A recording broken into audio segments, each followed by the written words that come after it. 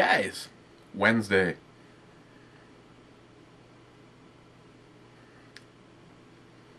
I love Texas too.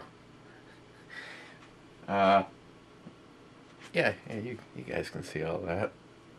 See everything sitting right there? That's, actually, hang on. There's still stuff missing.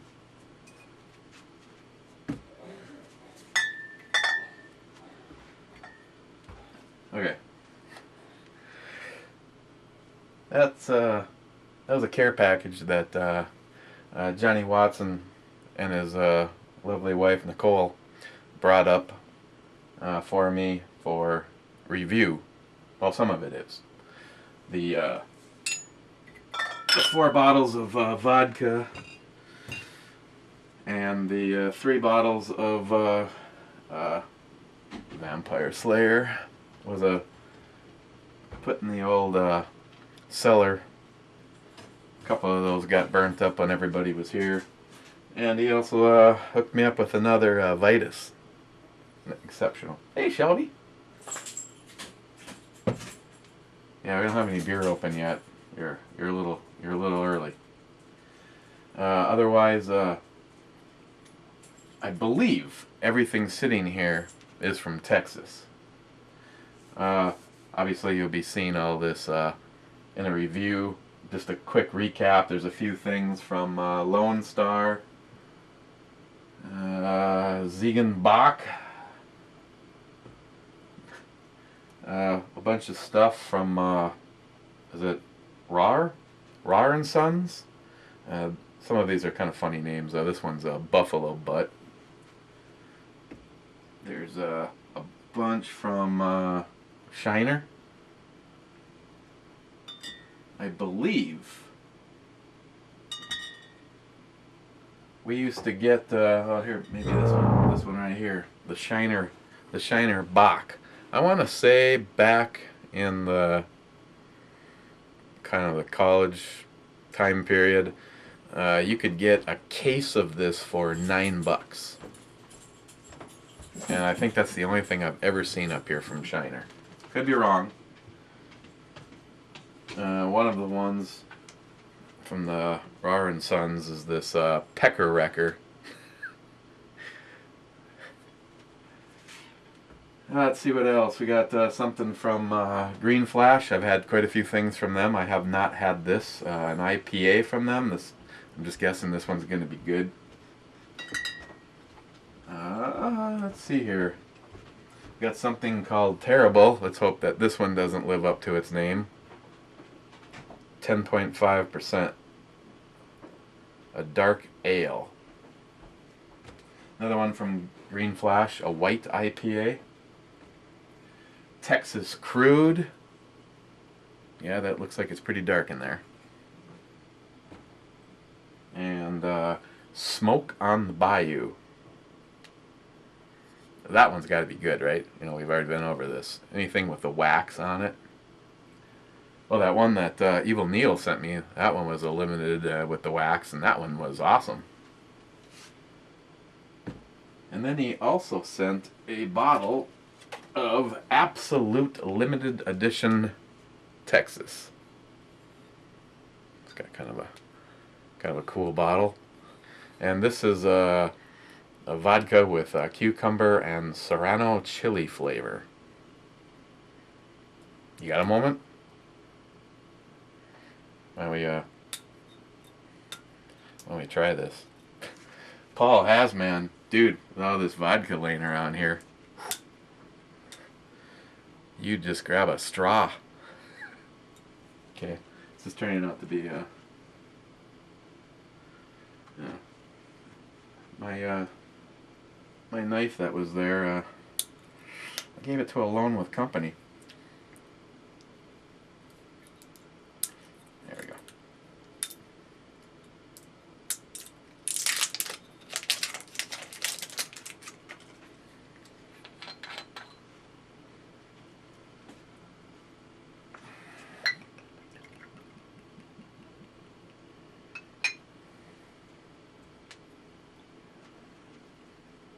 Cheers, guys.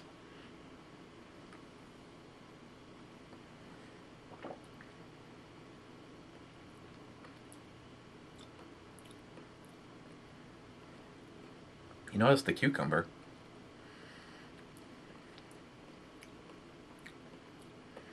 They had 2 drink recipes on there. Oh, there's a little tail end kick on the Serrano. Grapefruit juice. Not sure about that one. And cranberry. And I like vodka cranberry. That's an okay combination.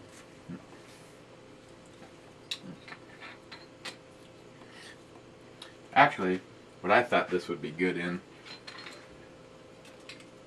is a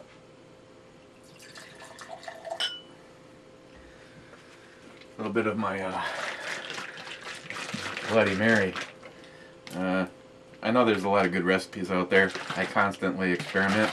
Right now I've kind of been on take a spicy V8, a little splash of V8's own Bloody Mary mix, add a little Worcester sauce, a little cayenne pepper, and a little shot of celery salt. But I just thought this might not be a bad combination. Hey, at least it's alcohol based, and we're not talking politics or handguns, right?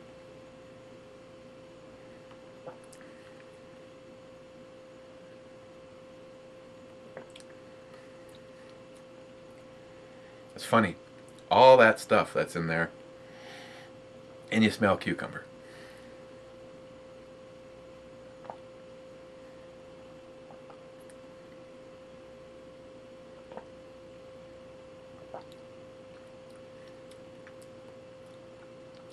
In this particular application, I'm not sure I like the cucumber. I mean, I've never had a Bloody Mary with a cucumber in it.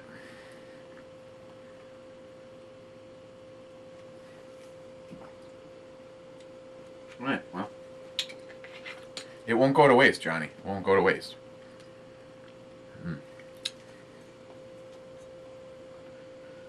My buddy Greg, I kind of give him shit a little bit. Tell him it's a chick drink, but the way he mixes it, it would be probably anything but. It's actually a good combination. He gets watermelon vodka with Sunny D. Now, personally, I'd probably go with regular orange juice, but the Sunny D actually works out pretty good in this, and then a splash of pineapple juice. I don't know if that drink exists anywhere, but my buddy Greg, it right now it exists in his glass. Right, Greg? The green one? Last time we were out on our little boating exercise, he brought a bottle of that. An orange Gatorade bottle. Perfect. And I can guarantee you if the boat started to run out of gas, that probably would have got us back. Okay, let me clean this up. Oh, and I'm gonna ask for your guys' input on let's see, tomorrow's Thursday. Hopefully we will see you tomorrow. I know I keep saying that, but the hours that I've been pulling down trying to get some of these jobs done, especially now, my list of stuff that me and Greg have to get done between now and snowfall is simply not going to happen. So we're trying to get the stuff that we least want to do in the cold and most need to get done. So that's been taking away our quality time. I'm sorry about that. So it's a Thursday, which is usually, liver damage Thursday. So I was kind of leaning towards something here from Johnnie, and maybe something that looks like it could be good. Now, I've always given you guys the choice of one out of two, but just for the fun of it, tomorrow Let's see. I'll try not to make this too complicated.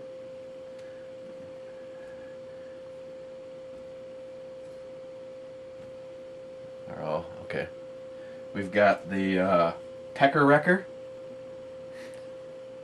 We got the smoke on the bayou with the wax, and I will probably, if that was the one that gets picked, I will put forth the effort to remove the wax before I turn the camera on, because with Neil's that turned out to be, when you finally realize that the wax isn't just going to break off as 2 chunks or 1 chunk, and you end up with wax chunks everywhere, and because the camera is rolling, you finally just grab the bottle opener and break it open, and little chunks go down into the beer. Yeah, we don't need to repeat that. So, pecker wrecker, smoke on the bayou, Texas crude, or the terrible, which, you know, it is corked, so that's got to be worth something right there. Let's see. We have an Imperial Pilsner, pecker wrecker. The smoke on the bayou is, I'm assuming that it's dark. It actually, I'm not seeing it quickly here. A balance of sweet and savory and a malt bomb of caramel and toffee notes. Mellow out with age. Say you can let her sit for about a year. So I'm guessing that's, it's not a dark beer though. So we got that. The Texas crude, 7% by volume, and that also does not say what it is.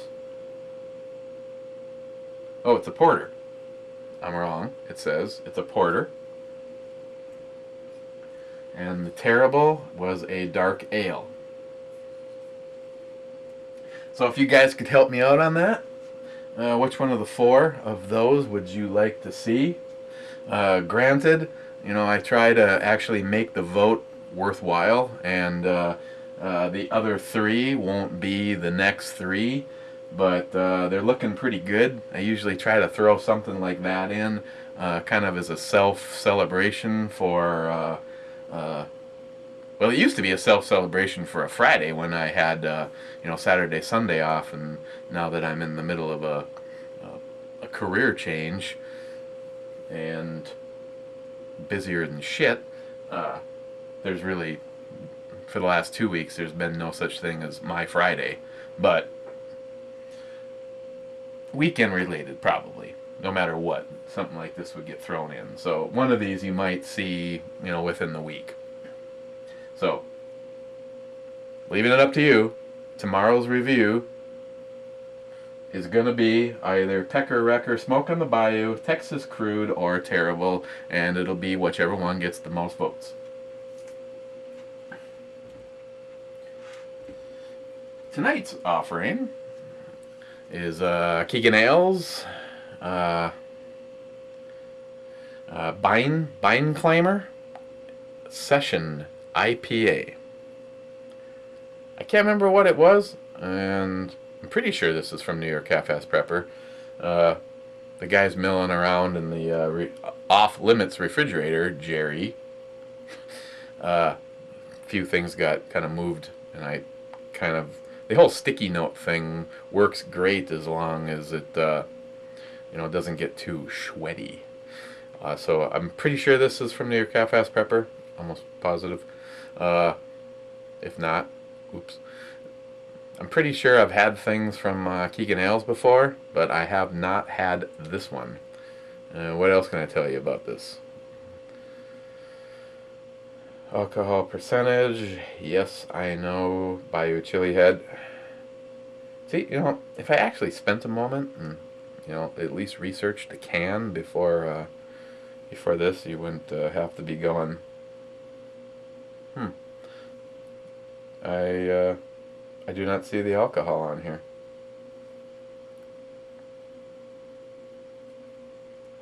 And anyone that's actually taking note and gives a flying shit, the trial pair of contacts that I have the day of my checkup, after wearing them for a week, the day of my checkup, the right eye ripped, and I had to have them order me another trial just so that I could go to that appointment.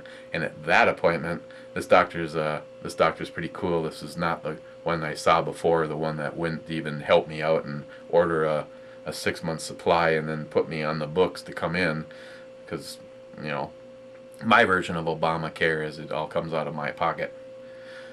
So, long story short, this pair, he wasn't quite happy with my vision with this, and neither am I. So they ordered me another trial pair, which I'm waiting on. So, BioChili Head, that's my excuse if it's on the can, which most of them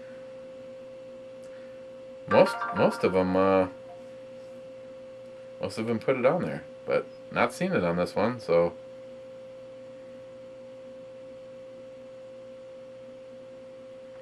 Two-row Pilsner. God, you know, I can tell you the IBUs. It's 44 IBUs. It's pretty good.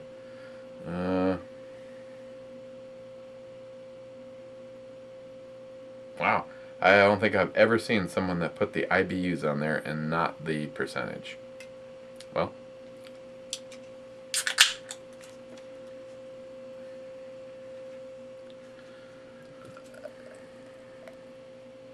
Oh, and as a disappointing note, Johnnie, who, you know, Johnnie and Nicole were both here for the shoot and an extended amount of time, and Nicole and Christine cooked up some vittles. Like, it's probably best, Nicole, that you went back to Texas, because the week. That whole week was not a dieter's paradise. Even though that dessert that she made, if you were a betting person, you would not say that everything in it was sugar free. That was awesome. Her yeah, Ms. Bomey has a video up on that. It was awesome. Johnny's been up here quite a few times. His work takes him all over the place, and his stamp, his United States has got a star on every single state, which that's cool. And the disappointing note is he would actually be right there, right now, if evidently something changed at work. He made it all the way to Minneapolis and was waiting for his connecting flight to Duluth when he got called back for evidently something more pressing. So this cheers is going out to Johnnie and Nicole. Plenty of material there to work with for a while, and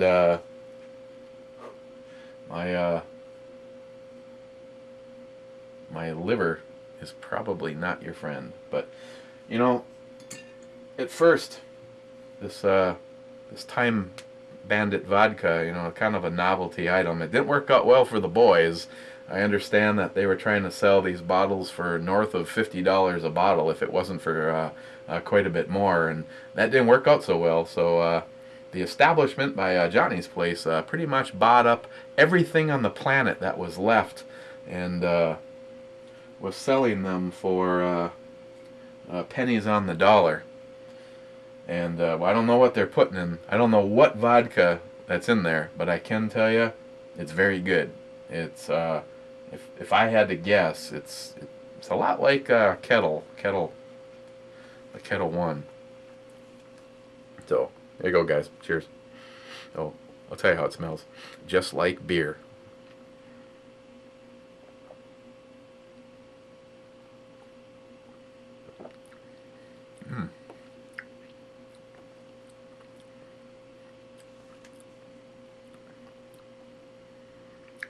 That's good. It has a kind of more the Steve Bush pine side of the citrus,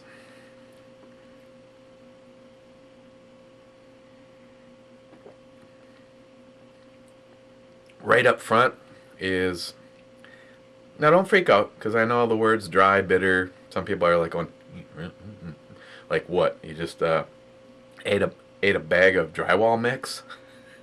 Yeah, it's kind of a nice dry bitterness right up front, and the citrus, the piney side of the citrus, is kind of subdued over the way some of them are. But you still get that nice little hoppy hit, and then that goes into an even drier spot. And as you get a moment to think about it, that kind of bleeds into a really smooth, bready, biscuity finish. And it just kind of leaves you with a bread biscuit, kind of a caramel, citrusy finish. But it, it definitely has some changing characteristics throughout the swallow.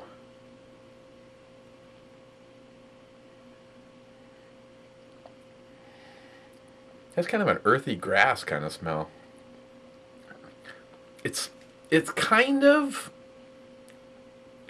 all the things that I would have in my ultimate IPA. I really like the pine, not the grapefruit side of the citrus. I like the dry bitterness, but not to the point where you're like going, I wonder if this would even pour through a piece of cloth.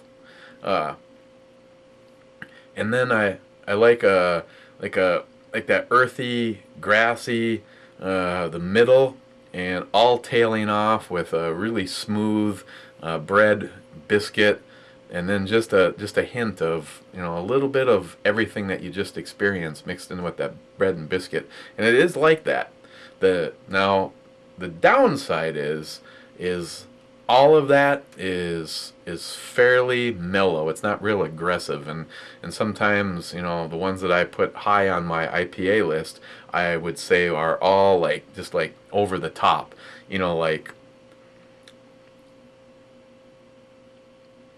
What's an analogy that you guys would easily understand? The hoppiness would be the equivalent to Heffy's gayness. You know what I'm saying? That just over the top, hello, that kind of shit. That the Heffy side of an IPA.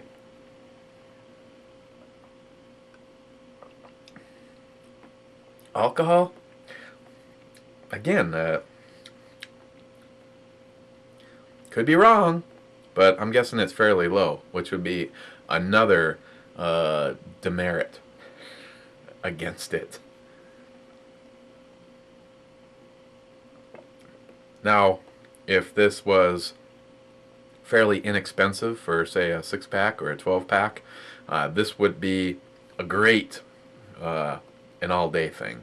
Like when all the boys are here and we're sitting out back for hours on end, taking pot shots at each other and then prank phone calling whoever wasn't here, who should have been here. Heffy. What? That kind of thing. A few phone calls got made. Grubcat got called. Who the fuck is Grubcat? Never heard of that guy. And Ray, how come we didn't call Bill? Do you have Bill Gowdy's? I got a tribute.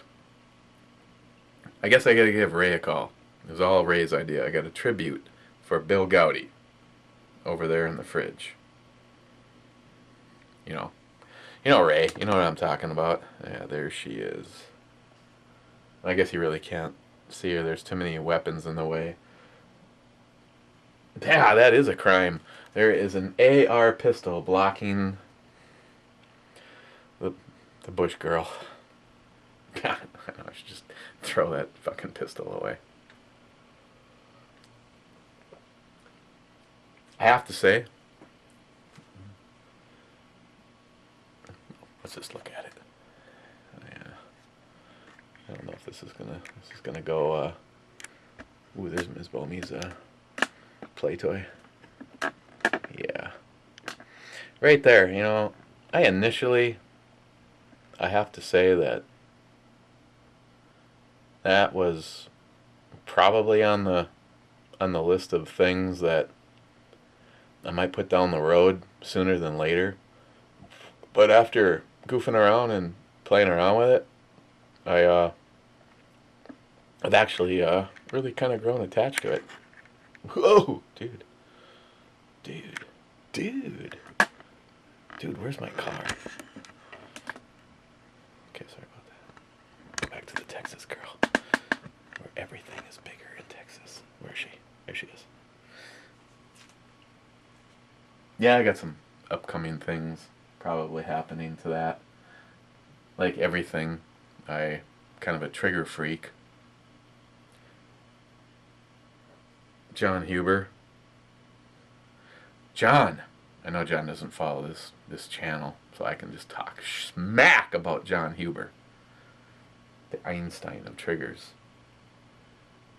If John Huber makes, I know he's been working on it, I gotta give him a call, makes a trigger for an AR, I will have to have one. And you guys that were here got to shoot the Huber Concepts Mosin Sporter. There is absolutely no denying. You know, he also never watches his channel, so I can actually say shit that I wouldn't actually want to say to his face, because I wouldn't want his ego to get more blown out of proportion. But Alone with Company, Chris, is absolutely one of those guys that you would not want to piss off and try to run, drive, get on your horse, and leave him with a rifle, because you ain't gonna make it. He has the control and the, that sniper-like shit. And you guys that were here got to see his new baby. He's a huge JP Enterprise freak, which, if you're into high-end stuff, you know what JP Enterprise is like. Cryo-froze barrels that the cold bore shot versus all heated up are all the same because of how awesome those barrels are. The trigger controls, they're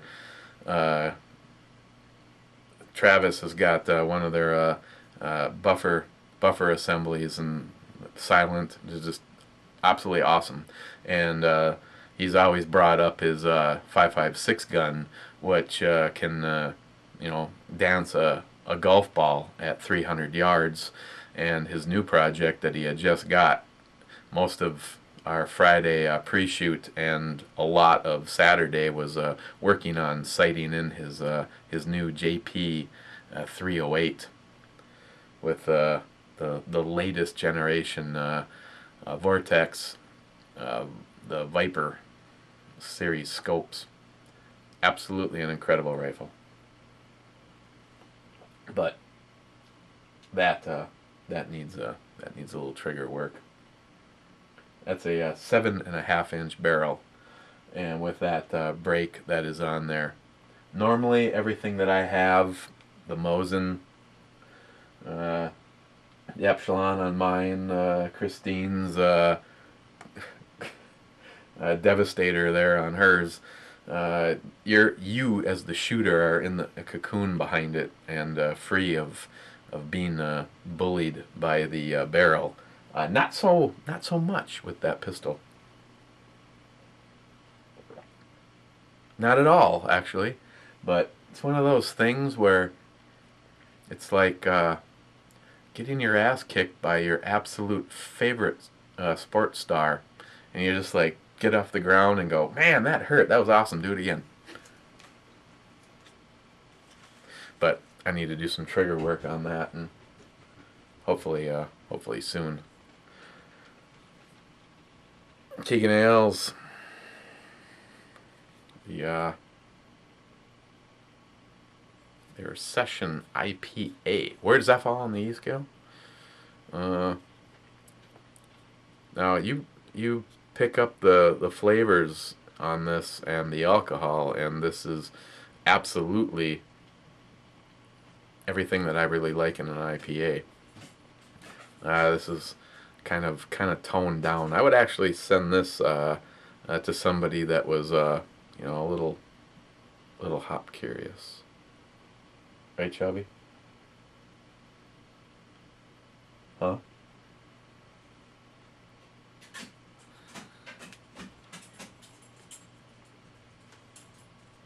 I'd give you some, but I don't want to share.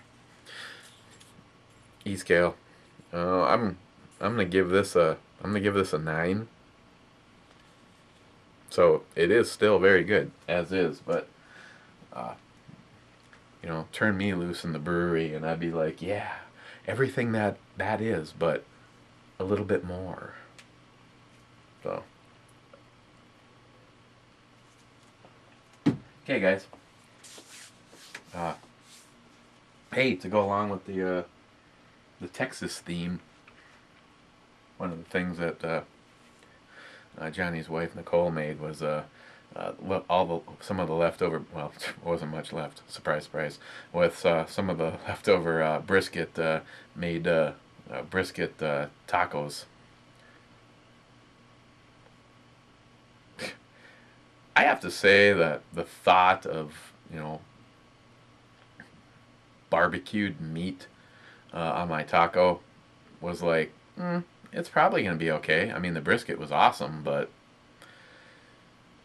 yeah, I think I had 2 of the flour tortillas and 2 of the corn tortillas, and probably could have had more, but had to put the brakes on that one. That was awesome. So tonight, Christine is making up nachos. So might have to bring this up. Find something that it goes along with, like a glass. Okay, guys.